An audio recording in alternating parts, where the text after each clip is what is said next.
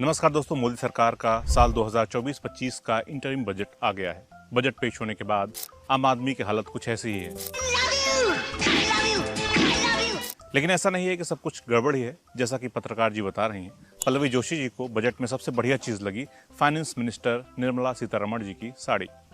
आप लोग रोना बंद कीजिए, मेरे तक आवाज आ रही है। चलिए कुछ काम की बातें जान लेते हैं। इस बजट में आम आदमी को क्या मिला और क्या मिलना चाहिए था। और दोस्तों, मेरे वीडियोस में बहुत सिंपल लैंग्वेज में कंटेंट आपको मिलता है, फिर चाहे वो टॉपिक कोई भी हो, ताकि आपकी हालत ऐसी ना हो। Sir, how do you read today's budget, interim budget presented by Finance Minister Piyush Goyal? The 1920s budget is also very important budget, very nice budget, very best budget for the middle class people, for the scheduled caste people, scheduled tribe people, for the OBC people, for the farmers, and this budget is also very nice budget. देश में चाहे जितना हो हल्ला हो जाए, राजनीति चाहे जिधर चली जाए, लेकिन चुनावी मैनिफेस्टो से ज्यादा हमें और आपको बजट देखना समझना चाहिए। यही अपने काम का है। और मुझे ये भी मालूम है कि हमारे इंडियन लोग 3 चीजों के लिए ही बजट देखते हैं, और वो है सुट्टा, पेग के दाम और इनकम टैक्स में राहत। लेकिन अब तक आप सभी को मालूम चल गया होगा कि इस बार इनकम टैक्स में कोई चेंजेस नहीं किए गए हैं। इसके अलावा इस इंटरिम बजट में ऐसी कई बातें हैं जो आम आदमी के हित में लगती हैं, पॉजिटिव हैं। लेकिन कई ऐसी बातें भी हैं जो हैरान करती हैं और आम भारतीय होने के नाते परेशान भी करती हैं। 4 सेक्शन में मैंने इस वीडियो को बांट दिया है। पहला है कि ये इंटरिम बजट क्या होता है, बजट से पहले इंटरिम क्यों लगाया जाता है, दूसरे सेक्शन में इस वीडियो की पॉजिटिव बातें, तीसरे सेक्शन में बजट की नेगेटिव बातें, और लास्ट में मैं क्या सोचता हूं इस बजट के बारे में। इस पर भी वीडियो में बात करूंगा, क्योंकि लोकसभा चुनाव आने वाले हैं। कोई बजट की खूबियां गिनाने लग जाए तो जनता को कमियां भी पता होनी चाहिए। और कोई गोदी मीडिया तो बताएगा नहीं ये बातें, लेकिन हम जरूर बताएंगे। और साथ ही मैं ये भी बताऊंगा कि कैसे आप बेहतर तरीके से टैक्स सेविंग कर सकते हैं और अपना और अपने परिवार का ध्यान रख सकते हैं। चलिए सबसे पहले जान लेते हैं कि ये इंटरिम बजट क्या होता है, बजट से पहले इंटरिम शब्द क्यों लगाया जाता है। तो भैया, मोदी जी की सरकार का दूसरा टर्म पूरा होने जा रहा है और 3-4 महीने में चुनाव होने वाले हैं। जिस साल लोकसभा चुनाव होना होता है उस साल इंटरिम बजट पेश किया जाता है, ताकि सैलरी, पेंशन, सरकार के वेलफेयर स्कीम्स चलती रहें। ये वैसे 2 महीने तक वैलिड रहता है, लेकिन जरूरत पड़ने पर इसे बढ़ाया भी जा सकता है। बस इस बजट में पॉलिसी लेवल पर चेंजेस नहीं किए जाते हैं, और ये बजट तभी तक इफेक्टिव रहेगा जब तक चुनाव के बाद जीती हुई पार्टी की सरकार न बन जाए। इसलिए इसे इंटरिम बजट कहा जाता है। अब जान लेते हैं इस बजट की 2 खास बातें जो पॉजिटिव हैं, जनता के हित में हैं। नंबर 1 है सरकार किराए के मकानों या झुग्गी झोपड़ी या चौल जैसी जगहों में रहने वाले मिडिल क्लास के लोगों को उनके खुद के मकान खरीदने या बनाने में हेल्प करने की योजना शुरू करेगी। पीएम आवास योजना के जरिए सरकार ने 3 करोड़ घर बनाने का ऐलान किया है। इनमें से 2 करोड़ घर अगले 5 सालों में बनाए जाएंगे। 80,671 करोड़ रुपए लगाने की बात भी इसमें की गई है। हालांकि इससे पहले सरकार ने 2022 तक सभी को पक्का मकान दिलाने की बात की थी, मगर वादा पूरा नहीं कर सकी थी सरकार। दूसरी अच्छी बात है कि मोदी सरकार अब लोगों को सोलर एनर्जी का इस्तेमाल करने के लिए एनकरेज कर रही है। बजट में कहा गया है कि 1 करोड़ घरों को 300 यूनिट की मुफ्त बिजली हर महीने सौर ऊर्जा के जरिए मिलेगी, जिससे लोगों की बचत होगी। इसके अलावा बैटरी से चलने वाली गाड़ियों को चार्ज करने के लिए चार्जिंग स्टेशन भी बनाए जाएंगे। लेकिन हमारे देश में लाखों लोग एयर पोल्यूशन से मरते हैं। राजधानी दिल्ली गैस चैम्बर बन जाती है। ऐसे में इसका बोझ और जिम्मेदारी लोगों पर डालने से बेहतर होता कि सरकार एनवायरमेंट को बेहतर करने की कोई अच्छी स्कीम ले आती। तीसरी अच्छी बात जो मुझे लगी वो ये कि 40,000 रेलवे बोगियों को बेहतर बनाया जाएगा। ये 3 अच्छी बातें लगी मुझे। लेकिन इनकम टैक्स में कोई राहत नहीं दी गई है, इसे समझना बेहद जरूरी है। तो अभी जब हम अपना टैक्स भरने जाते हैं तो हमारे सामने 2 ऑप्शन दिया जाता है। नंबर 1 है पुरानी टैक्स रिजीम के हिसाब से टैक्स भरने का, और नंबर 2 है नई टैक्स रिजीम के हिसाब से टैक्स भरने का। पुरानी टैक्स रिजीम चुनने पर अभी भी आपकी 2.5 लाख रुपए तक की इनकम ही टैक्स फ्री रहेगी। अगर किसी की सालाना इनकम 5 लाख रुपए है तो इस टैक्स रिजीम में 2.5 लाख रुपए तक की इनकम टैक्स फ्री है।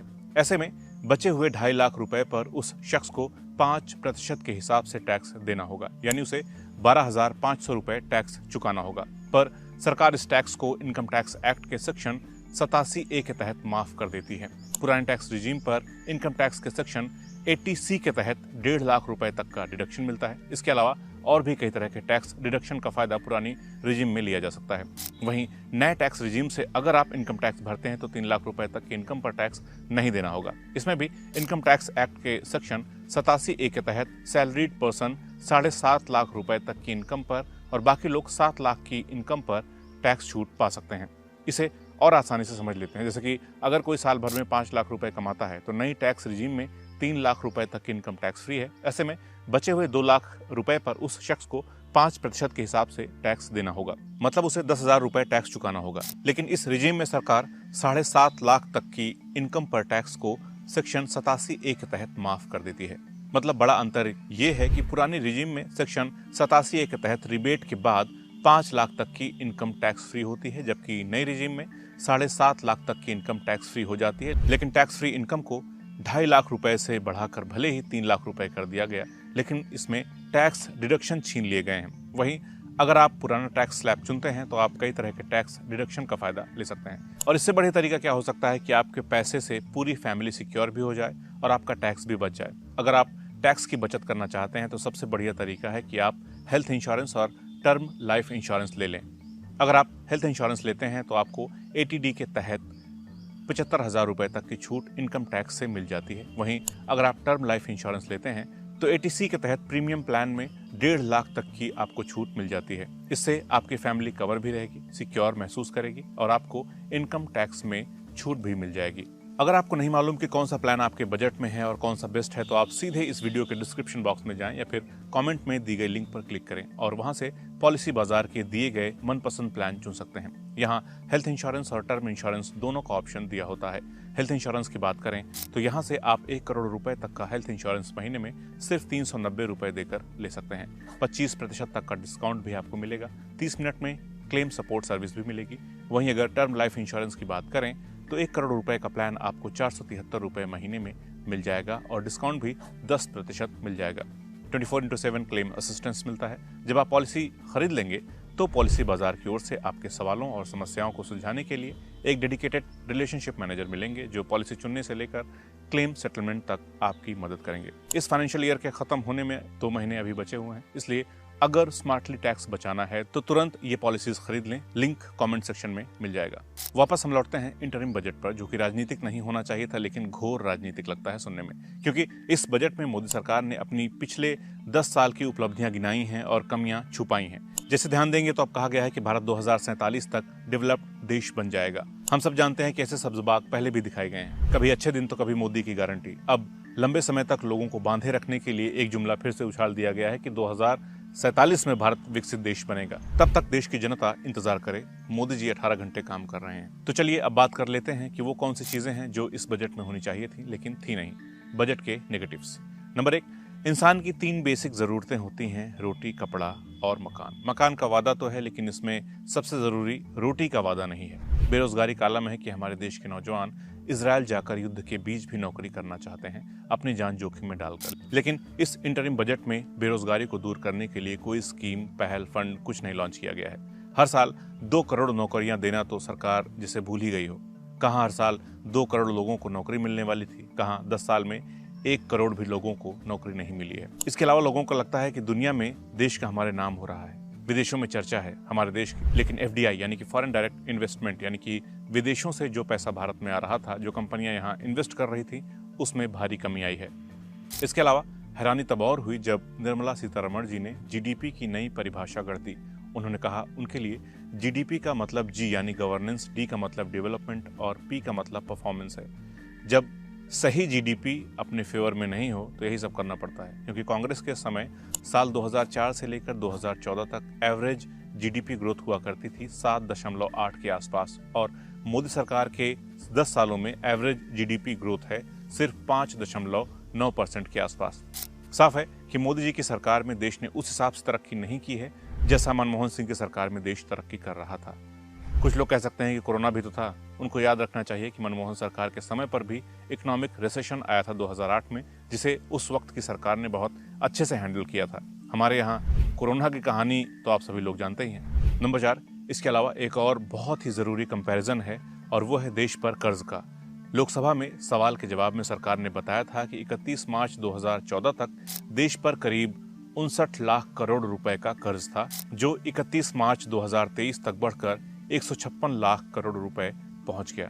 2024-25 के बजट के दस्तावेज के मुताबिक 31 मार्च 2024 तक देश पर कुल कर्ज 168.72 लाख करोड़ होने का अनुमान है। 31 मार्च 2025 तक देश पर कुल कर्ज बढ़कर लगभग 184 लाख करोड़ रुपए हो सकता है। लेकिन हमें क्या, मंदिर मस्जिद खेलते रहिए, देश नीलाम होता है तो हो जाए। और ये मंदिर मस्जिद की राजनीति ही तो है जो निर्मला सीतारमण जी इतने ओवर कॉन्फिडेंस के साथ कह रही हैं कि उनकी ही सरकार जुलाई में और विस्तार से बजट पेश करेगी। पूरे बजट में सरकार ने अपनी पीठ थपथपाई है। बताया है कि 2015 में 74 एयरपोर्ट थे, देश में अब 149 हो गए हैं, लेकिन ये नहीं बताया कि हवाई चप्पल वाला कब हवाई जहाज में सफर कर सकेगा। और अगर सवाल करे भी तो कोई कैसे करे, जब इस तरह के जवाब मिलने की उम्मीद हो। Would you say that again? Ma'am, they said not good enough. Most of the opposition parties for the budget. Ma'am, your For what comment on that? reasons, if I may know? Not good enough for what reasons, ma'am? If you would like to repeat their words. They have said, ma'am, most of the No, political I'm parties. saying if you could please repeat their words and say not good enough for what reasons per se. They said nothing for the. Nothing they said nothing much for the middle class. Most of the this is what those parties. Ma'am, do you believe India will remain a bright spot, ma'am? Please do. अगले में बात। Next question, please.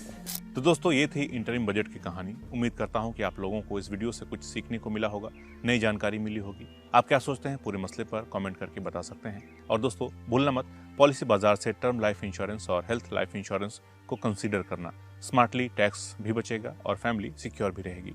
Link comment box और description box में दे दिया है। तो जल्द मिलते हैं एक नए वीडियो में एक नए टॉपिक के साथ। नमस्कार।